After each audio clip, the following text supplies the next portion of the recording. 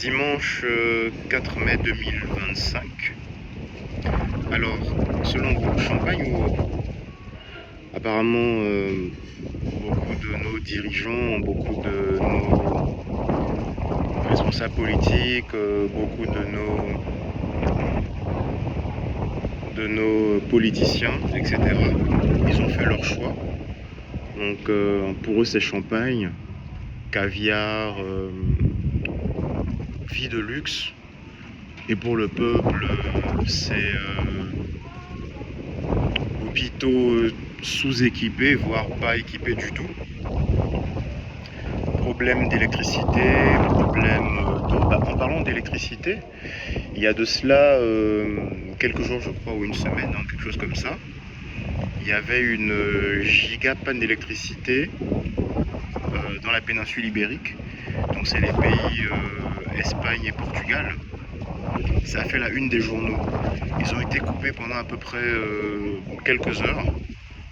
24 heures maximum, en tout cas à peu près pour certaines zones. Ils ont été complètement coupés. C'était la panique totale. C'était l'apocalypse. Or chez nous, des coupures de courant, s'il fallait faire un JT chaque fois qu'il y a une coupure de courant chez nous, mon Dieu, il n'y aurait plus que ça comme actualité. Donc des coupures de courant, des délestages, des coupures d'eau quand il y a de l'eau, des coupures d'eau quand il y en a, et quand il n'y en a pas, ben pas d'eau.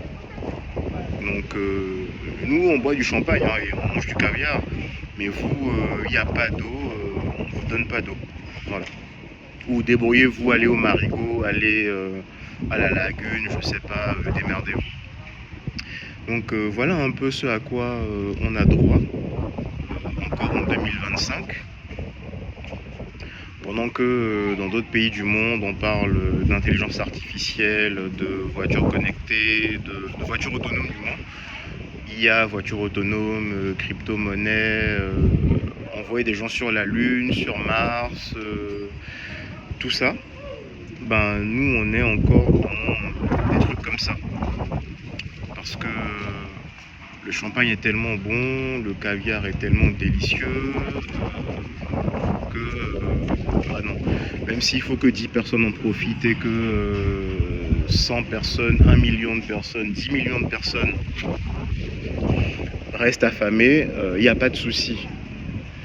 C'est l'égoïsme poussé à son paroxysme en fait. Au-dessus de ça, je ne sais pas ce qu'il y a.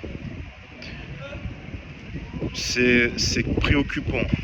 Ce qui est préoccupant, ce n'est pas tant qu'il y ait des gens qui soient assez égoïstes pour être moins d'1%, même pas 0,001%. C'est pas choquant qu'il y ait des gens comme ça qui existent et qui veuillent garder tout le reste de la population sans rien. C'est pas ça qui est choquant en fait. Parce que tout au long que le monde existe, depuis que le monde existe, il y a eu des gens égoïstes, des gens qui voulaient s'accaparer le pouvoir et le conserver à tout prix, à tous les prix possibles, à tous les prix, n'importe quel prix. Ça a toujours existé et ça continuera à exister encore. Donc c'est pas ça qui est choquant en fait. Ce qui est choquant, c'est que la majorité, c'est-à-dire la grande masse de la population, soit dans ces conditions-là, mais s'en accommode en fait. La misère dans nos pays est devenue une normalité. C'est devenu quelque chose dont on s'accommode. Les coupures de courant, l'absence d'eau, les hôpitaux sous-équipés, délabrés, ou parce qu'il te manque 1000 francs CFA, 10 000 francs CFA, on te laisse mourir là comme ça. Et n'importe qui vit en Afrique sait que ce que je dis est vrai. Je ne suis pas en train d'inventer quoi que ce soit. Je ne suis pas en train d'inventer quoi que ce soit ou d'exagérer. Je pense même que je suis même en dessous de la réalité en fait. Parce que quand on vit dans les grandes villes, on a encore une chance relative, on va dire ça comme ça. Mais dès qu'on s'éloigne, dès qu'on va dans la périphérie, qu'on commence à s'éloigner et tout, là ça devient infiniment plus flagrant. Pendant ce temps, il y a des gens qui vivent dans cette misère, qui sont dedans, qui vivent dedans, mais qui continuent à défendre bec et ongle, coûte que coûte, non pas les personnes responsables structurellement et réellement de ça, parce que ces personnes ne sont même pas dans nos pays africains, parce que ces personnes sont au-dessus des personnes qui nous dirigent en fait. Il faut être naïf pour penser que en étant président africain, qu'on contrôle tout, qu'on a le nom. Il faut être vraiment naïf pour penser ça. C'est pas les présidents, c'est pas nos présidents vraiment qui contrôlent les choses, qui sont aux manettes. C'est vraiment pas eux. Il faut arrêter d'être naïf. Par contre, un président ne peut pas être à la tête d'un pays et la majorité ou 100% de la population sera contre lui et il va rester. C'est juste pas possible en fait. Parce qu'à un moment donné, quand le ras-le-bol est là, quand il y a du ras-le-bol, et toute la population marche sur le palais et à coups de pelle et de pioche et de gourdin, on get rid of them en fait, on se débarrasse d'eux en fait. Et parfois certaines têtes même finissent sur des pics. Mais bon, on ne va pas prôner la violence naturellement, il n'y a pas de violence, hein. On va rester pacifique et tout, on peut exprimer notre désaccord pacifiquement, mais très fermement. Par contre, il faut être ferme parce que nous encore, on est une génération qui avec Internet, avec les réseaux sociaux, avec l'accès extrêmement facile à l'information, et aujourd'hui l'intelligence artificielle qui est honnêtement un game changer. Avec cet accès à l'information qu'on a, nous, on a une responsabilité immense, c'est-à-dire d'enterrer tout ça. On est la génération en fait où tout ça doit finir. Et ça doit passer par tous les plans, par l'éveil des consciences, par la prise de conscience individuelle, mais aussi collective. Et par des actions concrètes. Des actions concrètes, c'est quoi ?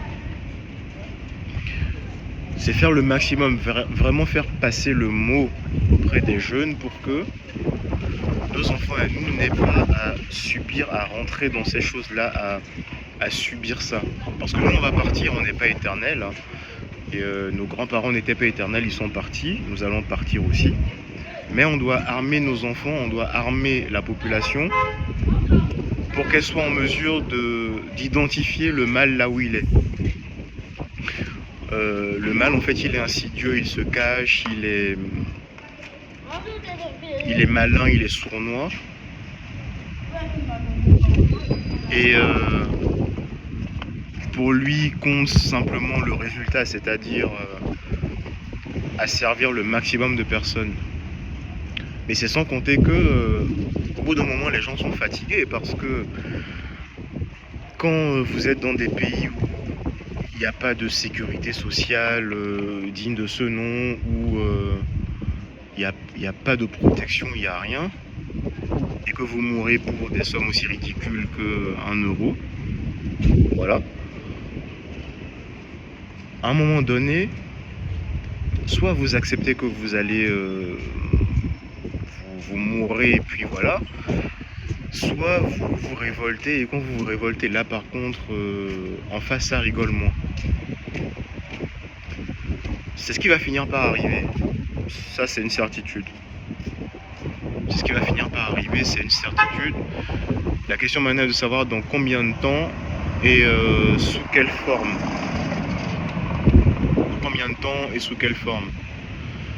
J'arrive pas à comprendre les personnes en Afrique qui soutiennent et qui veulent qu'on reste dans des choses comme ça.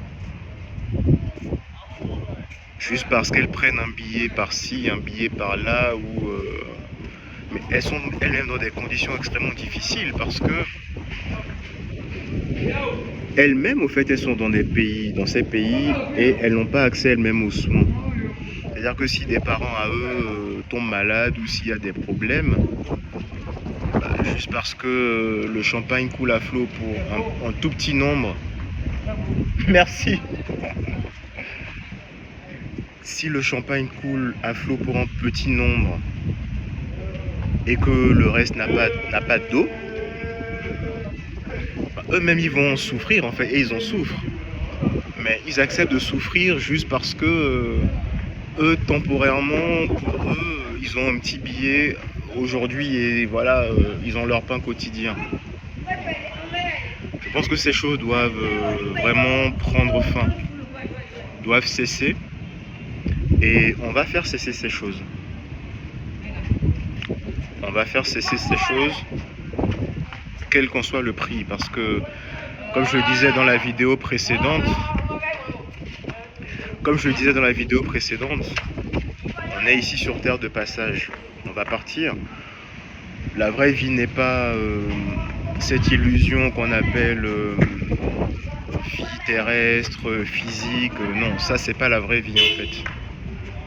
La vraie vie, elle est dans des plans supérieurs. Donc tant que nous sommes là, nous allons faire cesser ça. On va vraiment prendre cette mission à bras le corps. Quand Thomas Sankara est mort en 87, moi j'étais pas encore né, moi je suis de 88, j'étais pas encore né.